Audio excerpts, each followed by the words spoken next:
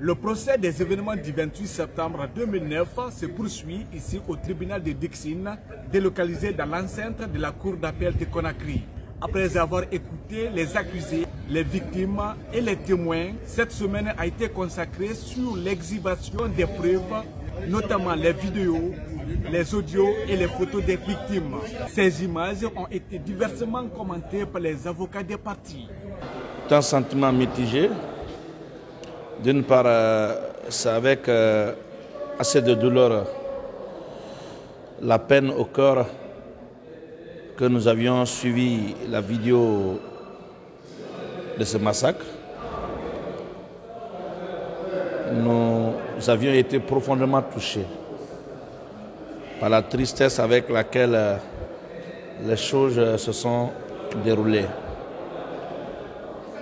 D'autre part, c'est un sentiment de satisfaction parce qu'à date, aucun de ces éléments ne compromet en aucune manière le capitaine Moussa Dadis Camara. Que ce soit les vidéos qui étaient déjà au dossier avant l'ouverture des débats, que ce soit les vidéos versées par la partie civile, que ce soit la vidéo, la dernière qu'on vient de projeter, vous n'êtes pas sans savoir qu'il n'y a aucun élément qui indique ou qui prouve que le capitaine Moussa Dadis a donné des instructions, des moyens à qui que ce soit d'aller commettre les crimes poursuivis. Aucune de ces vidéos, aucun support audio ne corrobore les termes de l'accusation. Par contre, les vidéos projetées, tirées des éléments du dossier, ont montré un capitaine Moussa Dadis Camara très touché par ce qui venait de se passer, très attaché à la manifestation de la vérité et dévoué par un sentiment de justice pour les victimes.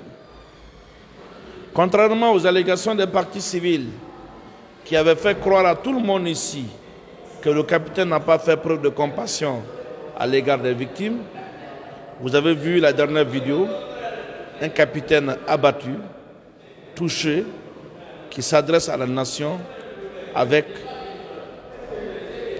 la peine au cœur. Un capitaine qui, le lendemain des événements du 28 septembre, le 29 septembre 2009, a décidé de décréter 2 jours de deuil national, en l'occurrence les 29 et 30 septembre 2009. Un capitaine qui a demandé aux religieux de prier pour le repos de l'âme des disparus. Un capitaine qui a manifesté sa compassion et toute sa solidarité aux familles des victimes. Aujourd'hui, donc, nous sommes heureux que le débat connaisse une telle évolution et nous avons à l'esprit que les jours et semaines à venir, nous allons suffisamment avancer pour finir enfin avec ce dossier, afin que le capitaine Moussa Dadis Camara recouvre sa liberté pour le bonheur de la justice. Je pense que la partie civile a bien fait de communiquer notre clé qui contient tous les éléments qui ont été diffusés aujourd'hui, puisque ce que j'ai constaté, le tribunal avait inversé les rôles. Au lieu de commencer par les faits, le tribunal avait commencé par des interviews du président Moussa Dadis Camara. Or, ces interviews sont venues bien après les événements du 28 septembre. Donc, il aurait fallu commencer par les événements du 28 septembre, comme ce que nous avons vu aujourd'hui, c'est-à-dire l'arrivée de la foule, la présence du colonel Moussa Tchebro Camara lorsqu'il tentait de dissuader les gens, lorsqu'il est monté sur la Mamba. Et nous avons bien constaté la présence de ces 2 gendarmes qui étaient coiffés de bérets rouges qu'il a contesté ici. Donc je pense que le peuple de Guinée a bien constaté cela. Il n'y a plus de quiproquo à ce niveau. Ensuite,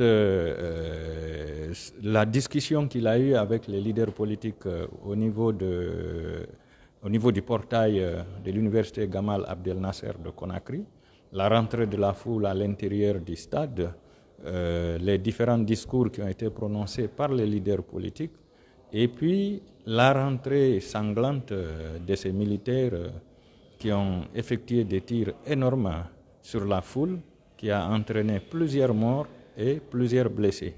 Vous avez constaté que certains étaient transportés par des citoyens volontaires. On a vu un enfant qui était complètement éventré. Voilà, donc c'était vraiment douloureux.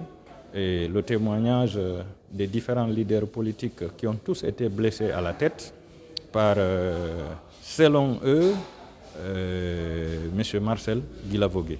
Voilà, donc il aurait fallu commencer par cette vidéo-là avant de venir sur les enquêtes au niveau de la Commission nationale et puis finir avec les interviews. Parce que les interviews, ce sont des analyses pures et simples du capitaine Moussa Dadis Camara. Je pense bien que le lundi prochain, nous allons démontrer les différents éléments clés que nous avons retrouvés au cours de ces images, mais également les audios qui ont été diffusés.